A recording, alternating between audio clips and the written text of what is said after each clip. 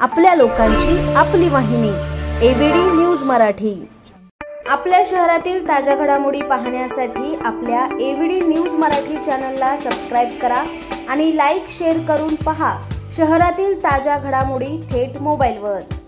अंबरनाथ नगरपालिकेच्या इमारतीवर तिरंगी रोषणाई करण्यात आली। देशाच्या 78व्या स्वातंत्र्य दिनानिमित्त करण्यात आलेली ही नेत्रदीपक रोषणाई सध्या अंबरनाथकरांचं लक्ष वेधून घेते।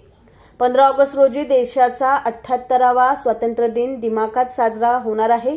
याच पार्श्वभूमीवर अंबरनाथ पालिकेच्या नव्यानं उभारण्यात आलेल्या इमारतीवर नेत्रदीपक अशी ही तिरंगी रोषणाई करण्यात आली। अंबरनाथ पालिकेचे प्रशासक आणि मुख्याधिकारी डॉक्टर प्रशांत रसाळ यांच्या संकल्पनेतून ही रोषणाई करण्यात आली असून या राष्ट्रध्वजाच्या 3 रंगात न्हाऊन निघालेली अंबरनाथ पालिका नागरिकांचेही लक्ष वेधून घेते। आपल्या लोकांची आपली वाहिनी एबीडी न्यूज मराठी। आपल्या एबीडी न्यूज मराठी या यूट्यूब चॅनलला सबस्क्राइब करा।